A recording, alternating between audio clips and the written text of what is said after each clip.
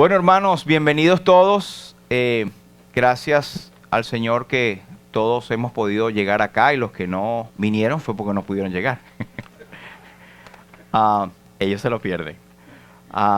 Hoy tenemos un culto especial en el sentido de que tenemos una visita especial y es nuestro hermano que nos visita, un misionero.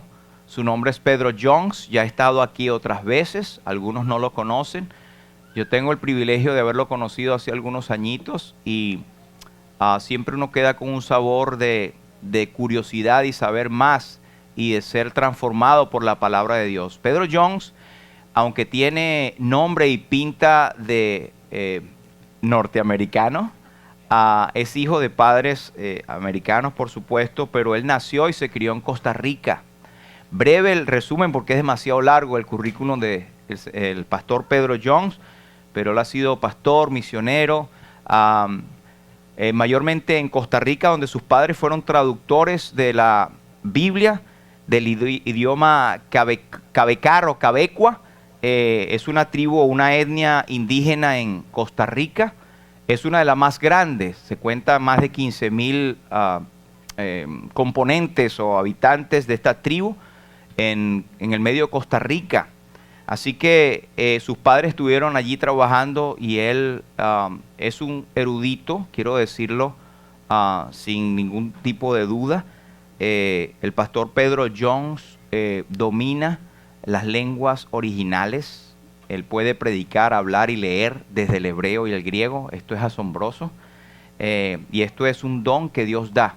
Pero un don también de mucho estudio, porque también tiene estudios en universidades para esto. Así que él estuvo por mucho tiempo en Costa Rica, por más de 20 años, y levantó y ha entrenado muchos obreros allí en la organización misionera de Costa Rica, más de 100 obreros hoy en día. Luego se trasladó a España, donde estuvo por un periodo de tiempo ayudando a las iglesias allí y entrenando también sobre todo a latinos en el contexto de los musulmanes para llevar el evangelio a los musulmanes. Y luego se ha trasladado a la isla de Chipre, donde él está allí actualmente trabajando junto con su esposa Débora. Debemos decir que don Pedro Jones tiene 5 hijos, tiene 5 nietos y 2 de ellas están en la obra a tiempo completo, una en Costa Rica y otra en Chipre. En Chipre, la isla de Bernabé. Así que, por cierto, tiene una fundación llamada Iniciativa Entrenamiento de Bernabé, ¿no? Algo así por el estilo. Bueno, es un privilegio tenerlo a él. Yo le pido por favor que pase al pastor Pedro Jones y démosles un aplauso de bienvenida. Tremendo privilegio tenerlo aquí. Muchas gracias por aceptar la invitación. Así que, sin más preámbulos, queda con ustedes este erudito y hermano en Cristo. Bueno, no soy Pedro el Escamoso, ni Indiana Jones, pero sí lo que nunca hubiera imaginado cuando yo era ese chico que me criaba allá en la selva de Costa Rica es que yo estaría haciendo lo que hago.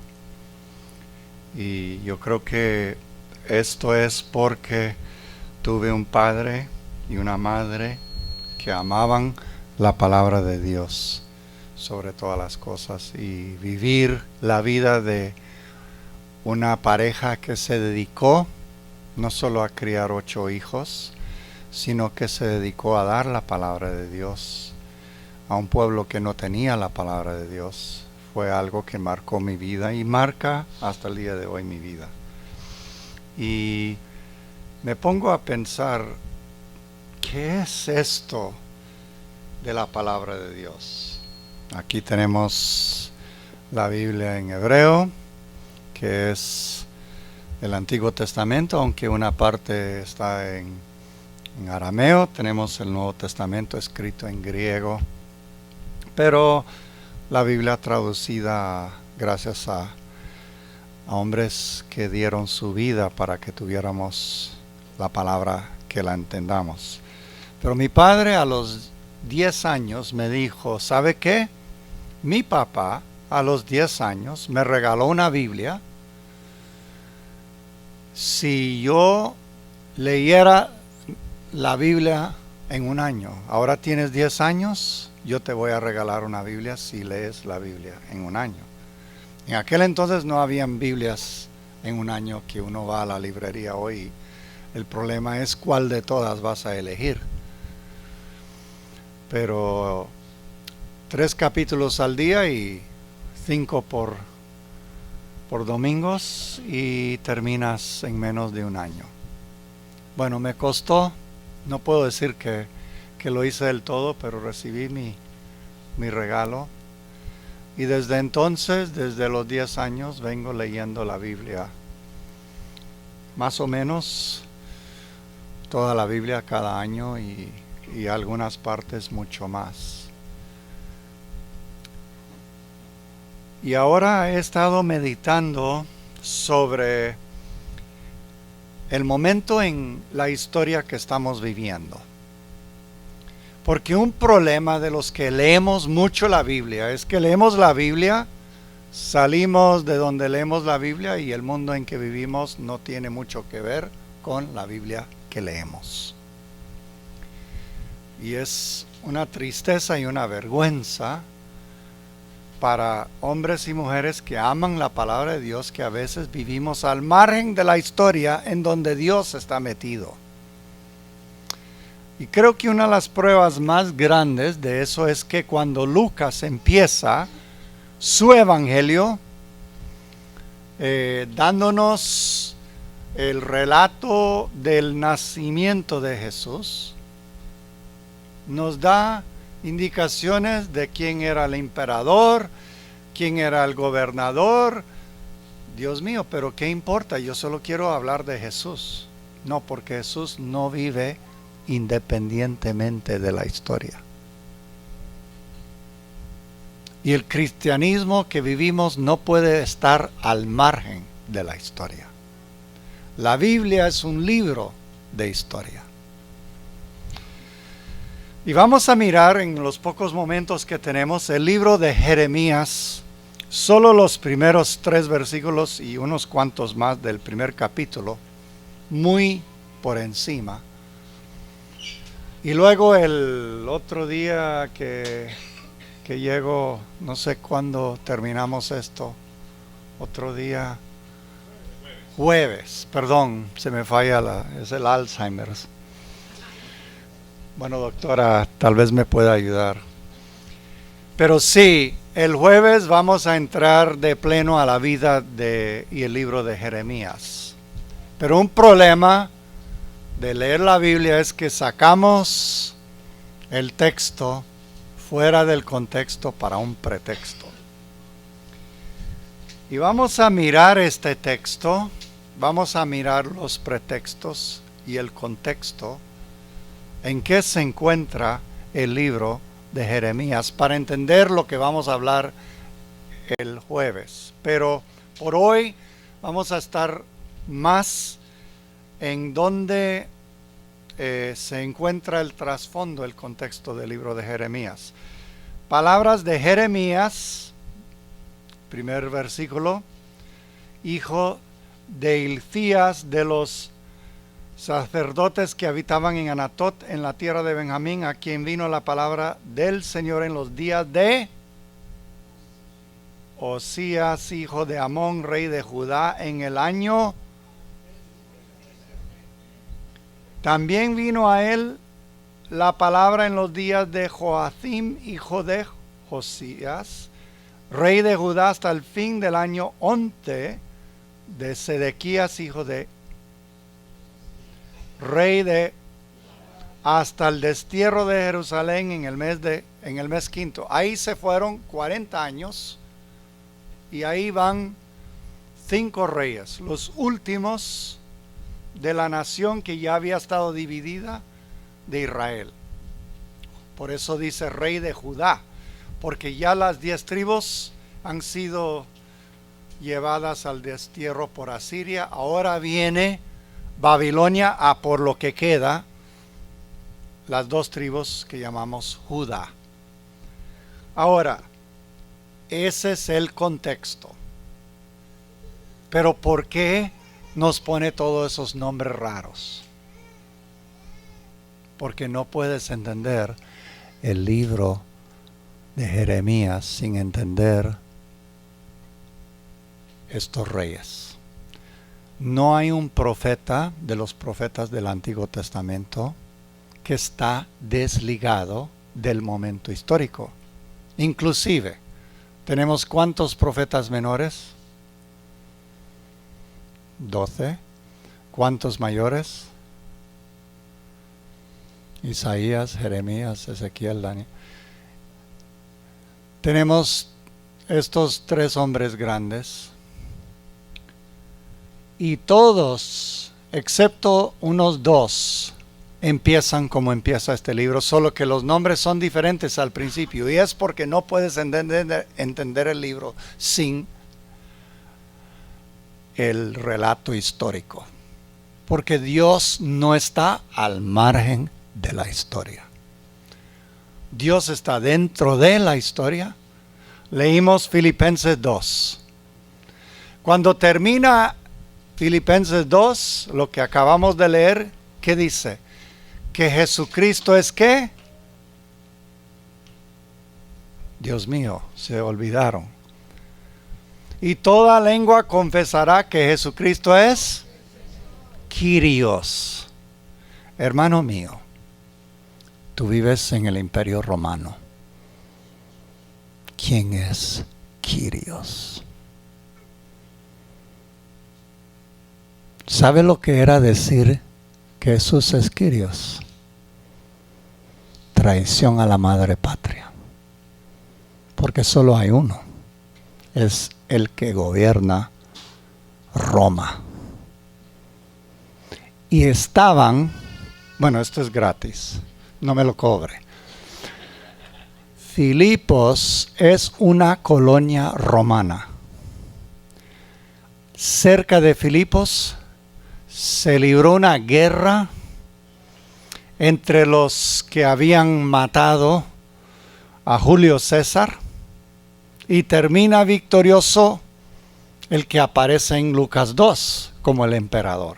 Claro, duró tiempo para que eso se diera, porque Marcos Antonio todavía era aliado de él, el de Cleopatra, pero termina Cleopatra y Marco Antonio fuera y muertos, y solo quedó uno. ¿Y dónde llevaron? Porque fue una guerra muy importante en la historia de Roma. Define a Roma. ¿Dónde los soldados que pelearon esa batalla fueron regalados terreno?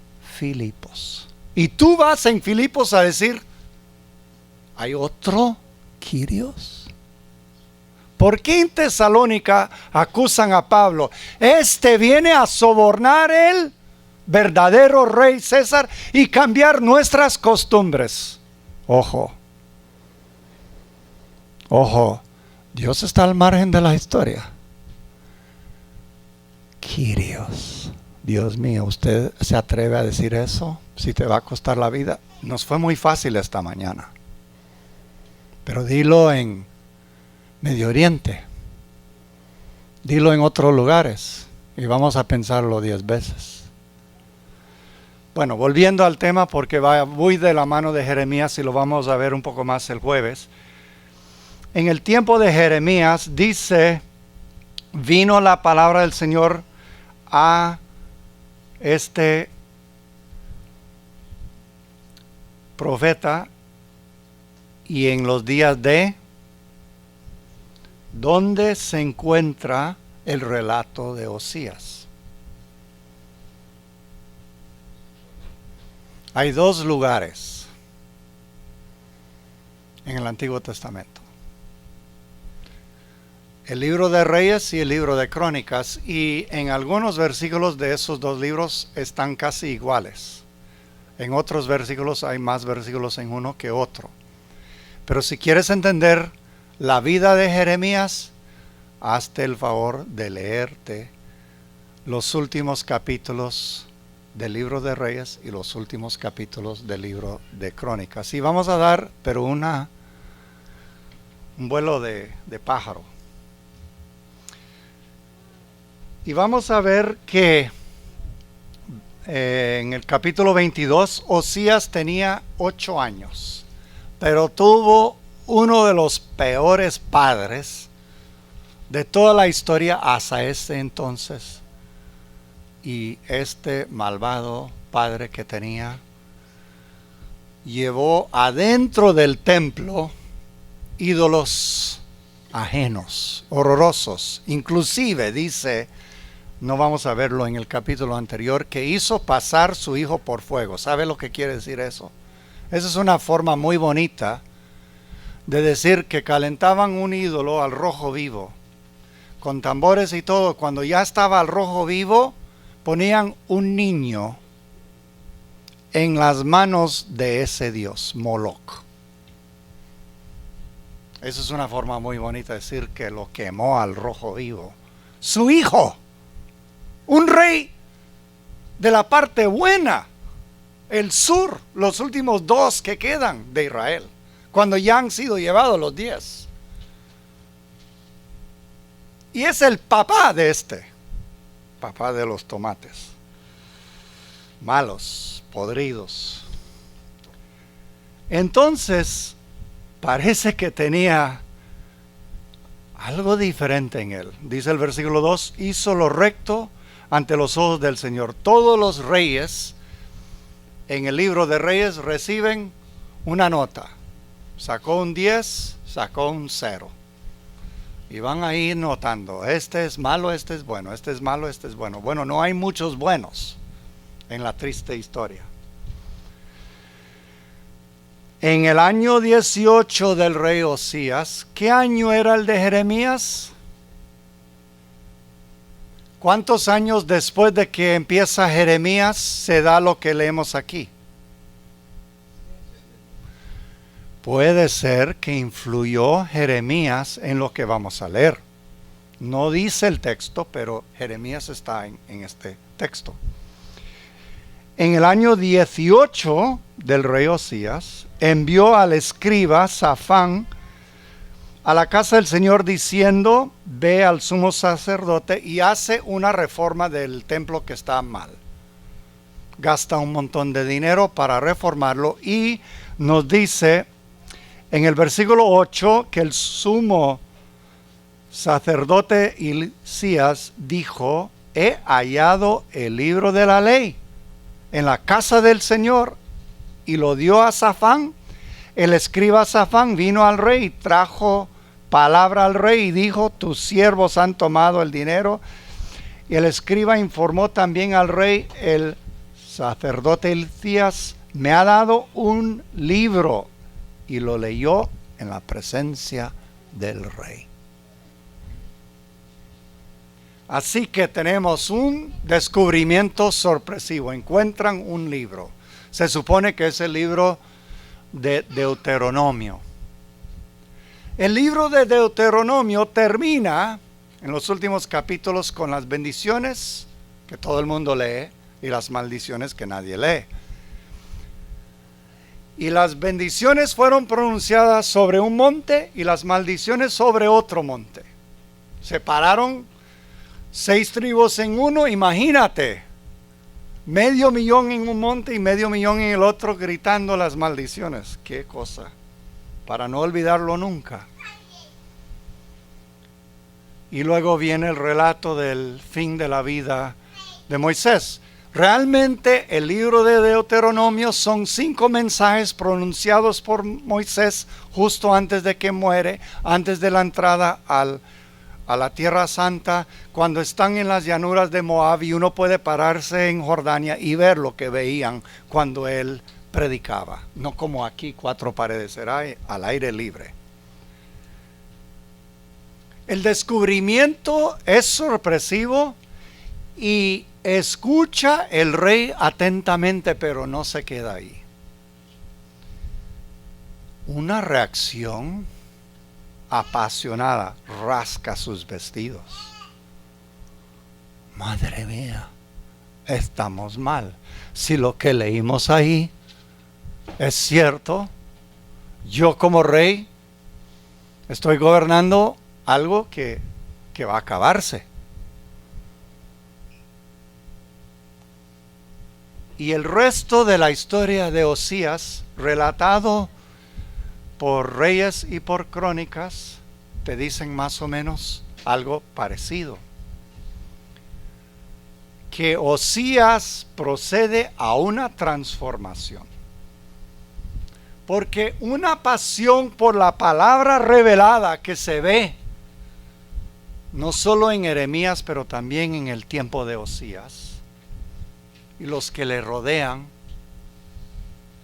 tiene que llevarnos a una transformación. Y no es una transformación individual, personal, meramente. Es que vamos a cambiar el mundo en que vivimos. Y el mundo en que vivían estaba podrido. Mucho peor que aquí, hermanos. Todo el mundo se rasga los vestidos. Bueno, nadie rasga los vestidos. Aunque pueden ir a Walmart y más barato que los vestidos de aquel entonces.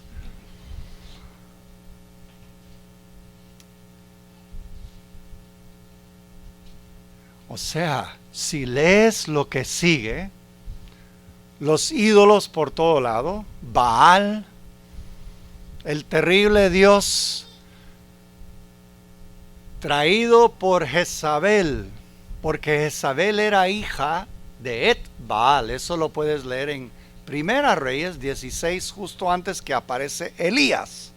Y Elías confronta en el monte allá los profetas de Baal y reta a los profetas a que ellos muestren que ellos son mejores que el Dios de Israel, y pierde ese grupo de profetas la batalla. Pero no se perdió el baalismo en Israel, más bien creció. Y Manasés, el papá de Osías, hace peor el tema de Baal. En donde yo vivo, en Chipre, está un templo de ese dios Astarte. Había un dios masculino y una diosa femenina, y habían ritos sexuales para que esos dioses produjeran en su ganado, en lo que tú siembras, en fin, el sistema agropecuario, el sistema económico estaba sostenido por estos dioses, una femenina y uno masculino. Y nunca vemos que el baalismo era un sistema económico del cual todos comían y bebían. Por lo que no es fácil salirte del sistema económico si está apoyado por algo errado espiritualmente. No vamos a comentar si hoy en día sucede lo mismo, pero bueno.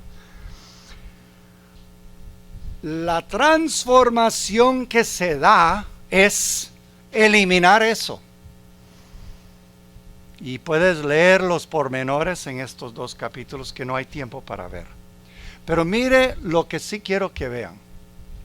Cuando el rey escucha, dice, ¿qué vamos a hacer? Versículo 12 dice que manda a que consulten a Hulda y da, ¿quién es esta mujer? Dios mío, si llaman a tu niña que viene Hulda, yo creo que en la escuela no sobrevive en Estados Unidos. Hulda, qué nombre. Bueno, pero dice que ella es una persona que es familiar del encargado del vestuario y habitaba en Jerusalén. Dice, ¿dónde? Hermanos, no hay profetas en Israel. ¿Quién es un profeta que en este momento está en Israel? Jeremías. Hay otro que no hemos mencionado. Sofonías es contemporáneo al mismo tiempo. Si lees Sofonías, el inicio, los 3 versículos, igual, similar tiempo. Habían 2 profetas, uno mayor. Hermanos, eso de mayor y menor no es cierto, pero uno que llamamos mayor y uno que llamamos menor. Pero esta, ¿quién es? Una señora, esposa del que quien cuidaba los vestidos del rey o de los sacerdotes. Bueno, una mujer en esa sociedad, y van a ella a preguntar. No van a Jeremías, no van a ella. ¿Por qué? No sabemos. Pero nos muestra, aún en esos tiempos, hermanos, cuando el patriarcado, cuando los hombres gobiernan, que la mujer tiene protagonismo aún en el mundo judío de Israel. Y ella tiene una palabra. Y la palabra es: así dice el Señor. Igual como habla Jeremías, habla ella. He aquí, voy a traer mal sobre este lugar. Ahora, hermanos, eso está ya bien escrito y dicho en Deuteronomio.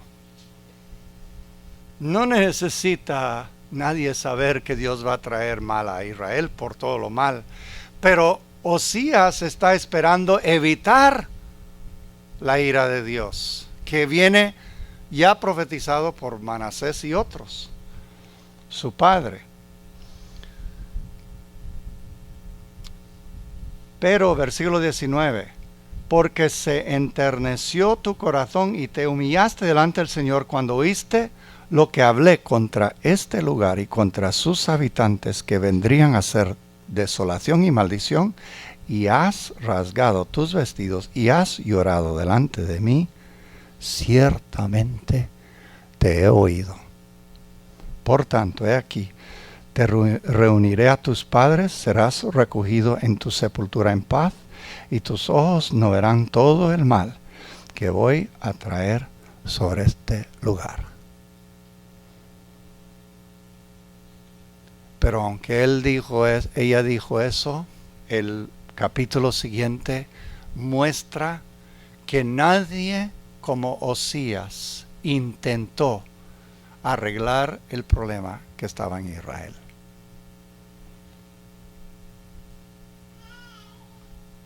O sea, hizo más allá de cualquier otro rey bueno después de David. Porque David es el estándar y todos los demás están por debajo de David. Una de las cosas más curiosas que sucede es que cuando están en este proceso de quitar todo la abominación del Baal y Astarte y todos los dioses, encuentran los huesos de uno de los profetas que profetizó. Es una historia muy triste. Al inicio, cuando se separa Israel de Judá, y viene un profeta y dice, mire, esto y esto y esto. Y vienen y recuerdan lo que él profetizó. No toquen, no profanen su tumba, porque lo que él dijo se cumplió. Y no tiene ni nombre ese señor. No es un famoso, es nada más un don nadie enterrado ahí, y ahí están sus huesos. Déjelo quieto, pero los huesos hablan. Dios tiene muchas formas de hablar, hermanos. Y a veces creemos. Ahora, hermanos, escúcheme bien lo que voy a decir. La palabra de Dios mide todo lo demás. La palabra de Dios es el centro de lo que Dios nos quiere decir, y todo lo demás se mide a través de. Pero la palabra de Dios es viva, como dice Hebreos 4:12, y eficaz, y sigue hablándonos. La palabra de Dios habla hoy porque el Espíritu Santo está inspirando, sigue trabajando en nosotros para que la palabra de Dios tenga el impacto y el efecto que Él deseaba cuando Él inspiró a los autores que lo escribieran. Y esa transformación que se quiere dar en la sociedad tiene que ir más allá de una cosa escrita en un libro y que se queda aquí el domingo. ¿Me explico? Todos decimos, nosotros no somos como otros que no leen la Biblia, van a la iglesia, sí, pero nosotros somos hombres y mujeres de la palabra. Bueno, que no se quede ahí. Y la lección de Jeremías, la lección de Osías, la lección de este momento histórico en el fin de la historia de la Israel que desde el tiempo de David fue fundada, es algo que tenemos que tener muy en cuenta. La transformación de la sociedad se da a través de muchos hechos que vivimos en la vida diaria y no meramente un rito que se celebra en un momento.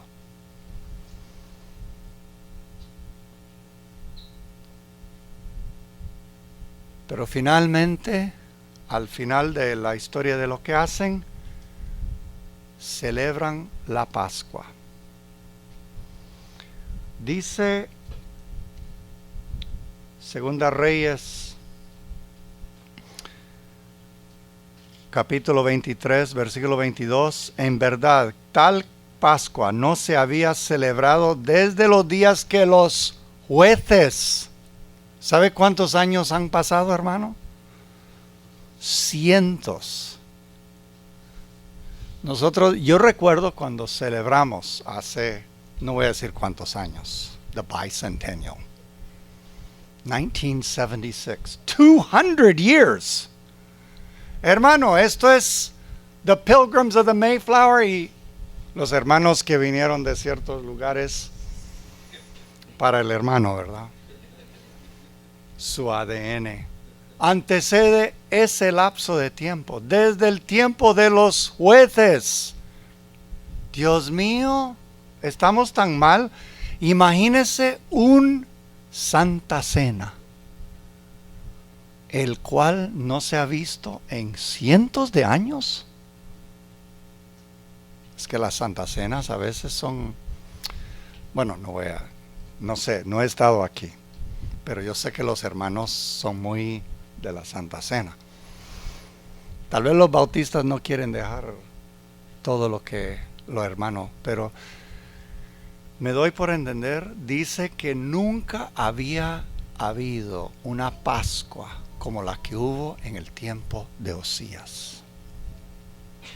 Y curioso, cuando lees el pasaje paralelo en Crónicas, pone la guinda sobre el gozo y la fiesta. A veces cuando celebramos la Santa Cena nos ponemos todos tristes, lloramos, nos arrepentimos, que está muy bien, pero ahí se queda. Pero cuando Pablo habla en Corintios del abuso de los ágape, de la celebración, es porque el ágape era algo grande. Venían, comían, disfrutaban, y en medio de todo eso, la Santa Cena. La Santa Cena era una verdadera cena, como la última cena de Cristo.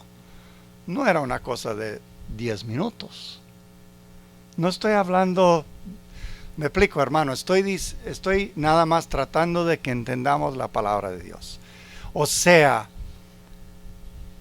no se contentaron con hacer lo mínimo.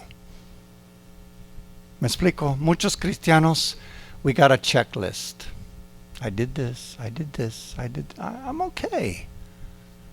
Hermano, la pasión por la palabra de Dios nos lleva a una transformación que cambia todo,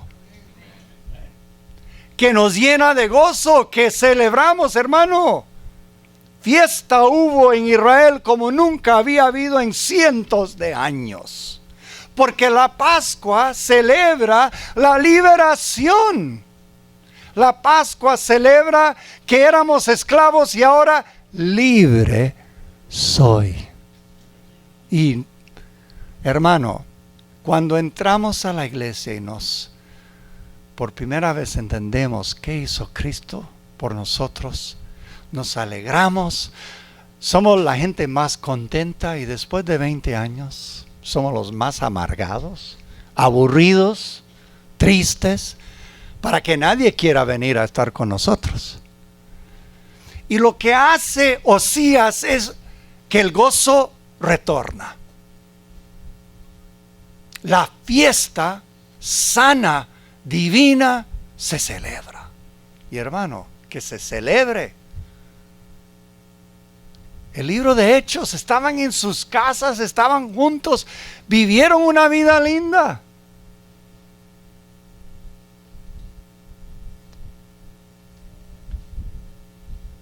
Pero el centro de la fiesta es que el Cordero nos libró. Y apunta a Jesús en la cruz. Cuando Juan lo ve, dice, mire, el Cordero de Dios. Entonces, volvamos a que la palabra revelada nos apasione. Volvamos a que la palabra aplicada transforme no solo mi vida, la de mi familia, sino alrededor de donde yo estoy, en mi trabajo. Lo he hablado muchas veces, hermano, y perdone si estoy diciéndolo otra vez. Pero Tomás Aquino, uno de los grandes teólogos de la iglesia antes de la Reforma, cuando fue enfrentado por Aristóteles, porque Platón y Aristóteles eran dos filósofos de aquella clásica Grecia que disputaban qué era la realidad. Platón decía, mire ese árbol es solo la sombra de la idea linda, hermosa, que representa el árbol. Y Aristóteles dice, pero es un árbol, chico. Nada más, es un árbol. Y ese ha venido hasta el día de hoy, ese debate en la filosofía. Cuando Aristóteles entra de nuevo en Europa, porque en Córdoba tradujeron a Aristóteles,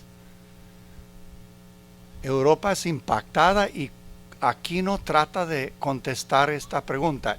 ¿La realidad es sombra de algo detrás o la realidad es nada más un árbol, chico? Entonces él lo resolvió diciendo, hay dos realidades, la de arriba y la de abajo. La de arriba es donde está Dios y la de abajo es donde estamos nosotros, la gracia y la naturaleza.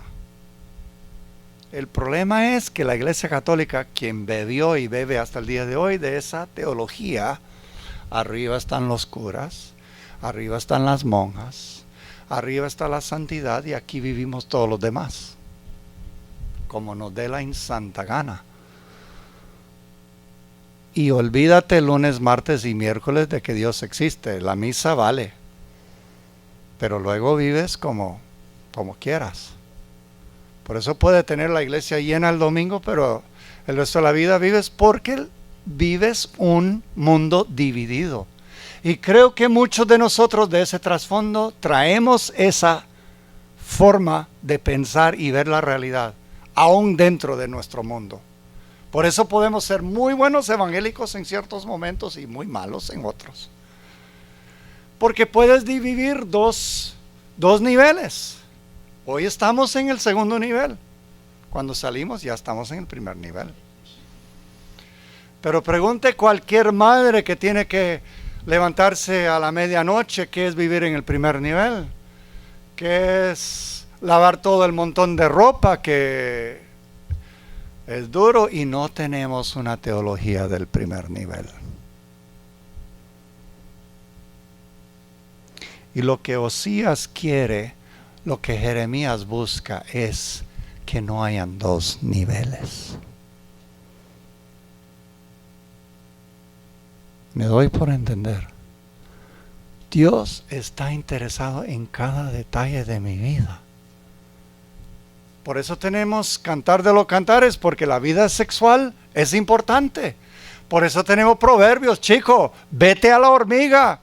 Si sos perezoso y aprenda de él, y you gotta work. Dude, you're gonna get ahead if you work. Eso está en la Biblia, hermano. Eso no, los americanos, eso lo aprendieron de la Biblia, hermano. Los puritanos leyeron Proverbios. Me doy por entender, pero a veces la teología nuestra se queda en la salvación y no va más allá. Perdone, hermano, que lo diga. Bueno, lo dejo ahí para no... La última cosa. There's always a sad part of the story. Lo siento, hermano, pero está en la Biblia. Vamos a Segunda Crónicas. Los dos libros, Reyes y Crónicas, cuentan la muerte de este gran hombre. Pero Crónicas pone detalles que no pone Reyes. Y quiero que vean esto. ¿Será que estamos, hermano? Estamos no en el 36, sino en el 35, lo siento. O hermana, no sé quién está ahí. Ese es otro buen versículo porque es el final de todo el libro de Crónicas, pero no vamos a ver eso ahora.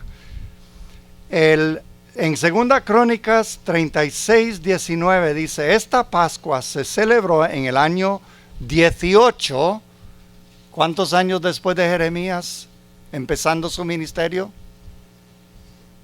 Unos, you good at math or not? Muy bien. Después de todo esto, versículo 20, cuando Osías había reparado el templo, Necao, ay hermanos, qué aburrimiento, a mí no me gusta la historia, rey de Egipto, salió para combatir en Carquemis. ¿Alguien me puede decir dónde está Carquemis? Hoy estamos muy cerca de Carquemis. ¿Han escuchado Alepo? ¿Han escuchado que los rusos y los americanos están tratando de entenderse por esa cosa en Siria? ¿Sabe que Carquemis está en medio de todo eso y muy cerca de donde están peleando ahorita? As we speak. Carquemis y Harán. Harán es donde llegó Abraham cuando salió de Ur. Y Carquemis, si ves un mapa, no es tan lejos, como unos, qué sé yo, 200, 300 millas. Carquemis está cerca de la frontera de lo que hoy es Siria y Turquía. Y es un lugar, te lo digo. Osías. Hermanos, estamos hablando del 7º siglo antes de Jesús. Podemos ponerles fechas a este momento. Y viene Necao, qué nombre, de Egipto. Pero Necao no viene a pelear con Osías. Necao viene a pelear con Babilonia. Es igual, dos potencias peleando en tierra ajena. Asiria y Babilonia peleando ahí. Nada nuevo bajo el sol. Solo que no tenían aviones. Tal vez camellos, no sé. Junto al Éufrates. Mire, detalle por detalle. A Dios le importa el primer nivel. Inspirado por el Espíritu Santo. Si está ahí, hermano, hay que sacar el atlas, el diccionario bíblico y ver dónde estamos. Osías salió para enfrentarse a él. Ahora, para darte algo que puedes leer, que no hay tiempo para leerlo, Asiria está terminando su momento histórico. Esta batalla y una más acaban con el dominio de Asiria, y de ahí nace que ya ha venido Babilonia. Babilonia llega a tener el poder que tiene, pero Egipto está jugando un juego sucio entre los dos. Entonces, como algunos que conocemos hoy, hermano, las dos potencias peleando y uno por en medio. Y el por en medio está mal puesto. Egipto apostó mal. Apostó por Asiria. Debería haber apostado por Babilonia. Hermano, vengan el jueves para entender Jeremías. Hermano, Jeremías está metido en el pleito de Asiria y Babilonia. Pero eso es para el jueves. Versículo 21, hermano. Márquelo en tu Biblia. Hermano, este es uno de los versículos más curiosos de la Biblia. Y el rey Necao envió mensajeros diciendo: ¿qué tenemos que ver el uno con el otro, oh rey de Judá? No vengo hoy contra ti, sino contra la casa con la cual que estoy en guerra, Asiria.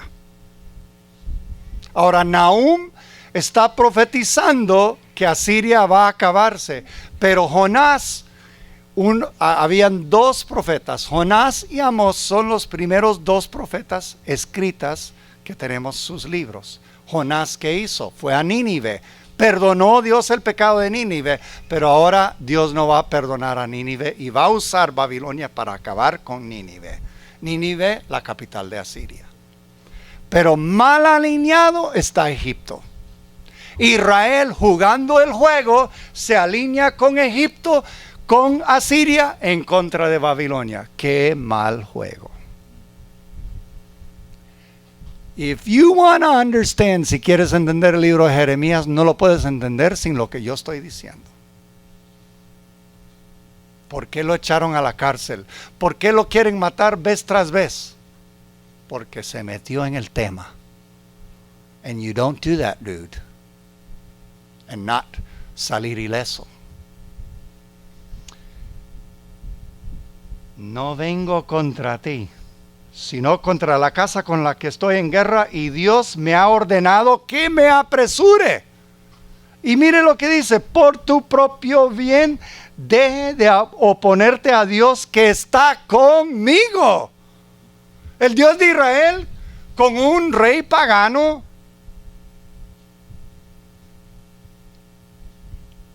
Ahora, estaba con él en ese momento. El problema es que después le fue mal, porque Egipto no quedó bien en este asunto de Asiria y Babilonia. Para que él no te destruya. Sin embargo, versículo 22, Osías no quiso retirarse de él, sino que se disfrazó para combatir. Hermanos, ¿recuerdan un rey que se disfrazó? Y los profetas habían dicho: no salgan a la guerra. Habían 400 profetas profetizando, y los dos reyes, en ese momento todavía estaba Israel, y los dos reyes, el de Israel y Judá, se juntaron para ir a guerra. Entonces el rey de Judá es más justo y santo que el malvado de Israel. Y oye los 400 profetas, dice: no hay un profeta más. El rey de Judá dice: sí, hay uno, pero ese no me gusta, ese es malo, tráemelo. Lo traen. El que le va a traer dice: ¿sabe qué? Todos están diciendo que hay que ir a la guerra. Te doy el voladito. Y el voladito de nada sirvió, porque el profeta entra y dice: el rey, bueno, ¿qué nos dice? Vayan a la guerra y van. Ah, no, dígame la verdad. Yo sé que no me estás diciendo la verdad. Él le dice: yo vi en la reunión delante de Dios un concilio en donde dicen, ¿quién va a salir y ser el espíritu mentiroso en la boca de los profetas? Entonces viene uno de los tíos y le pega a la cara al tío. Y dice, ¿quién dice que de Dios salió un espíritu malo y se metió en nuestras bocas? Y él dice, si yo no te veo vivo esta noche, yo no soy profeta. Y este rey va a morir esta noche. Y así lamieron los perros la sangre de Acab. Y Jezabel fue echado de la ventana y ahora, porque Acab se disfrazó y un arquero, no sabiendo que era el rey, le vino un tiro y lo mismo le pasa a Osías. Dios mío.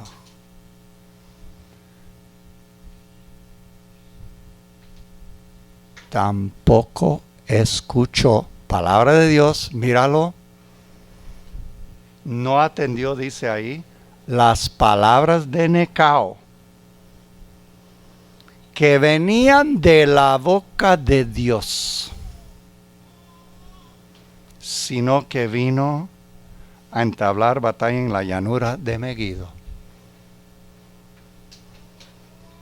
Y los arqueros hirieron al rey Osías, y el rey dijo a sus siervos, llevadme porque estoy gravemente herido. Sus siervos lo sacaron del carro, lo llevaron en el segundo carro que él tenía, lo trajeron a Jerusalén, donde murió y fue sepultado en los sepulcros de sus padres. Y todo Judá y Jerusalén hicieron duelo por Osías.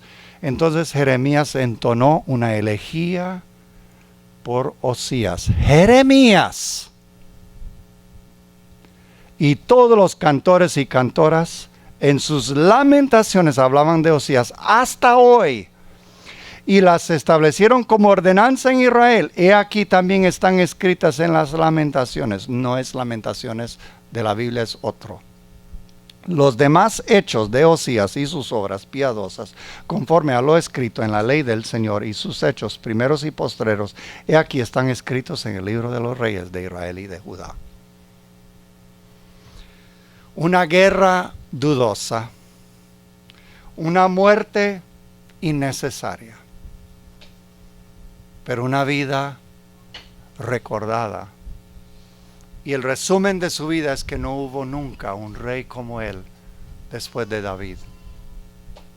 El mejor rey de todos terminó así. Un hombre apasionado por la palabra. Un hombre que transformó hasta donde pudo la sociedad podrida de su día. Pero en el momento clave, su visión no estuvo a la altura de su pasión. Y la transformación que él estaba llevando a cabo fue acabada. Porque cuando él murió, lo peor, la pudrición se inundó a Israel. Él detuvo por unos años, pero después de que él murió es como que el agua se desbordó sobre todo Israel. Y bueno, es una historia muy triste. Y la mayoría del libro de Jeremías se da durante los 4 reyes que siguen Osías. Ahora, la gran pregunta: ¿qué le pasó a Osías?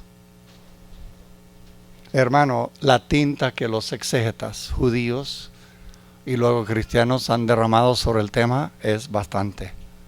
Y no voy a cansaros con todos los pormenores. Solo decir que hay 3 posibles razones. Primero, confianza excesiva. Se le subió a la cabeza que él había hecho tanto bien para Dios que en un momento, o el orgullo o demasiada y excesiva confianza. No vamos a preguntar si Costa Rica cuando fue. Bueno, una cosa es ganar el mundial, hermano, pero viene la Copa de Oro. Right? There's still another day. Y México sigue siendo, bueno, no vamos a hablar del fútbol. Me doy por entender, hermano, cuando un equipo, por mejor que sea, tiene demasiada confianza, y si una iglesia, bueno, lo dejamos ahí. Ahora, duele más, pero no soy yo, hermano. Los exégetas, antes del tiempo de hoy, comentarios de 100, 200 y más años atrás, dicen que quizás, perdone lo que voy a decir, no soy yo, su nacionalismo excesivo le llevó a la muerte. Lo hizo por Israel, porque él creía que lo que él hacía iba a hacer grande a su país. Y en hacer lo que hizo, destruyó lo poco que quedaba de lo bueno. Ojo, no soy yo que digo esto, hermano. Estos son exégetas desde hace muchísimos años. Durante la Primera Guerra, durante la Segunda Guerra Mundial. Esto lo han debatido por cientos de años. Y la tercera razón, una lectura errada. No discernió el momento en que vivió. Obviamente no discernió quizás lo que nos cuesta a los exégetas es entender que un hombre que la Biblia cuesta que hablen mal de él. La Biblia no tiene muchos héroes sin un comentario negativo, pero Osías es uno que tiene muy poco comentario negativo. Pero cuando lees Jeremías a la par de este relato, uno dice, no escuchó Jeremías. Venga el jueves y vamos a ver qué no escuchó. Jeremías veía claramente y leyó correctamente el momento histórico, y Osías no lo leyó correctamente y perdió la vida. Y bueno, deshonró a Israel y lo llevó a un mal momento. La Biblia dice que murió porque no escuchó la palabra de Dios de la boca de un malvado pagano rey. Hermano, a veces cuando salimos de aquí creemos que nadie nos habla. Your boss, he's a pagan. Well, we won't talk about presidents. You know, Dios habla por asnos. Dios habla Dios habla por cualquier medio. Así que cuídate de decir, Dios no me puede hablar por este tonto. Right? You need the Holy Spirit to discern. El regalo del Espíritu Santo para discernir, hermano, es imprescindible en el momento histórico que vivimos. Porque nadie tiene una bola de cristal. Nadie sabe lo que va a pasar en el mundo en que vivimos. Pero Dios sabe. Y si te alineas con Él, no vas a fallar. Y una vida recordada. Yo creo que una lección de Osías es: pese el mal fin que tuvo, la elegía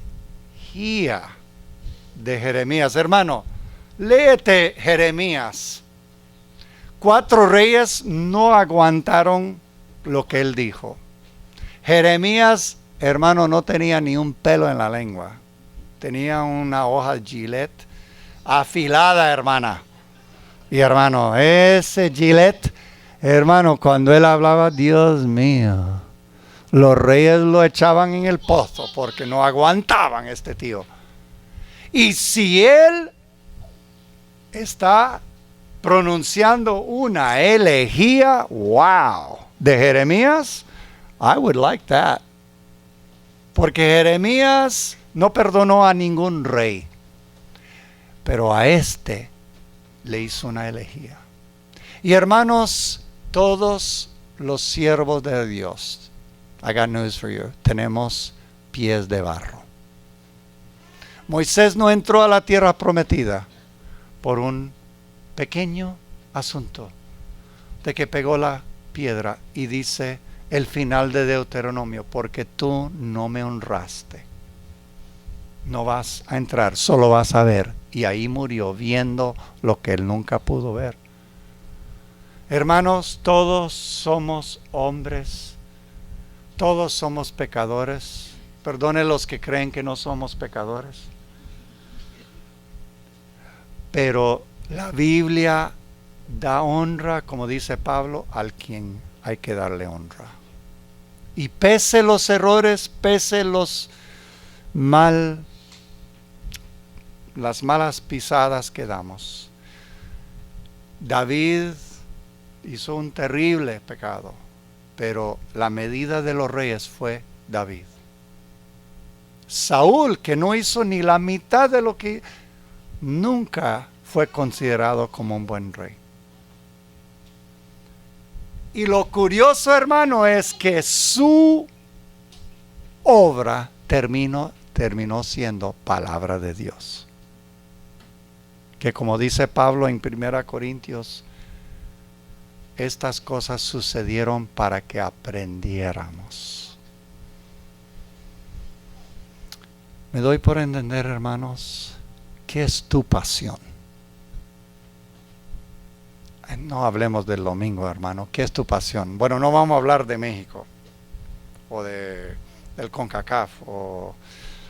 Bueno, it's not September, you know. We just finished the NBA. Okay, I'm okay right now. ¿Me explico, hermanos? ¿Qué es lo que tú buscas en la transformación del mundo en que tú vives?